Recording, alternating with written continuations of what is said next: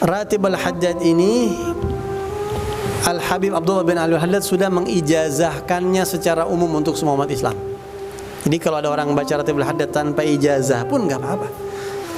Walaupun kalau dengan ijazah lebih mantap. Ya, ijazah itu lebih mantap. Tapi anda nggak baca karena sudah diijazahkan sama Habib Al-Haddad. Makanya kata ulama Ratib Al-Haddad ini layak disebarkan di kalangan orang awam. Ya, layak disebarkan. Kenapa? Karena sudah diijazahkan secara umum. Apa itu ijazah? Kita biasanya kalau mau wirid suka minta ijazah. Ijazah itu bahasa Arab dari asal kata ajaza yujizu ijazatan. Artinya apa? Memperbolehkan atau mengizinkan. Asal katanya jaza yajuzu, boleh. Ya. Artinya sudah bisa lewat masuk begitu. Nah, orang yang baca ratib dengan diberikan ijazah atau baca wirid zikir apapun dengan diberikan ijazah, berarti dia seolah-olah sudah mendapatkan izin. Ya, berarti dia seolah-olah sudah mendapatkan izin. Ibaratnya ente udah legal. Ratib yang atau zikir yang ente baca atau ratib atau hizib yang itu sudah legal. Atau secara tidak langsung ente sudah dapat izin dari penyusunnya. Kan nggak ketemu, Beb, karena ente dapat izin, penyusunnya ngasih izin ke muridnya, muridnya ngasih izin ke muridnya lagi, muridnya ngasih izin ke muridnya lagi, ke muridnya lagi, ke muridnya lagi, sampai ke yang dapat ijazah. Dan penyusunnya itu biasanya kalau orang-orang soleh, para aulia, mereka dapat minta izin dulu sama Rasulullah. Jadi Rasulullah ijazahkan, ente sebarkan wirid ini, ente boleh sebarkan, dapat legalitas dari Nabi Muhammad, resmi diizinkan secara batin, baru ngasih ke muridnya, muridnya, ke muridnya, muridnya, ke muridnya lagi. Sehingga ketika ente dapat ijazah berarti nyambung tuh bacaan ente. Ketika ente baca nyambung dan nggak bakal ada efek sampingnya. Ya, seolah-olah ente dilindungi, di backup sama guru-guru itu terus sampai ke atas, nggak bakal ada muskilah. Gitu. Jadi baca pakai ijazah tuh bedanya itu.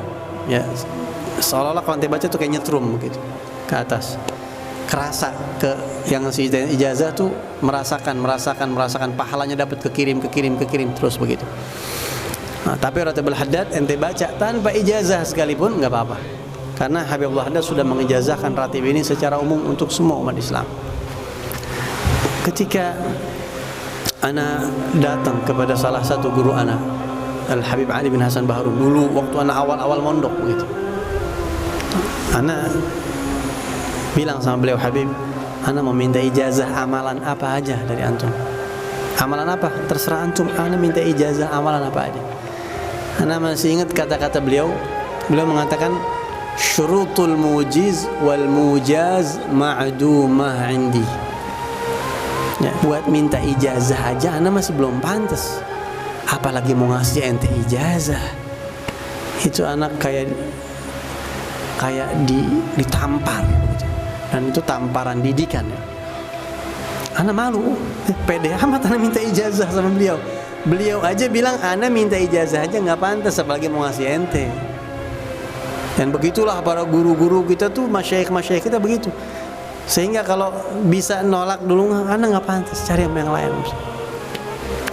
Kecuali kalau seandainya dilihat, pertama mungkin dapat isyarah dikasih, atau mungkin murid maksa ya dikasih. Dan mereka yang memberikan ijazah, guru-guru ketika memberikan ijazah kepada muridnya, mereka itu orang-orang soleh, biasanya hatinya merasa tidak pantas. Ya, tapi mengandalkan husnudzon si murid, karena si murid husnudzon maka dia insya Allah dapat keberkahannya. Begitu. Kalau mereka ngasih merasa nggak pantas. Makanya kita sering dengar para ulama, para habaib, para masyayikh kalau memberikan ijazah itu biasanya ada kata-kata in sahhatil ijazah. Kalau ijazah itu sah, saya terima.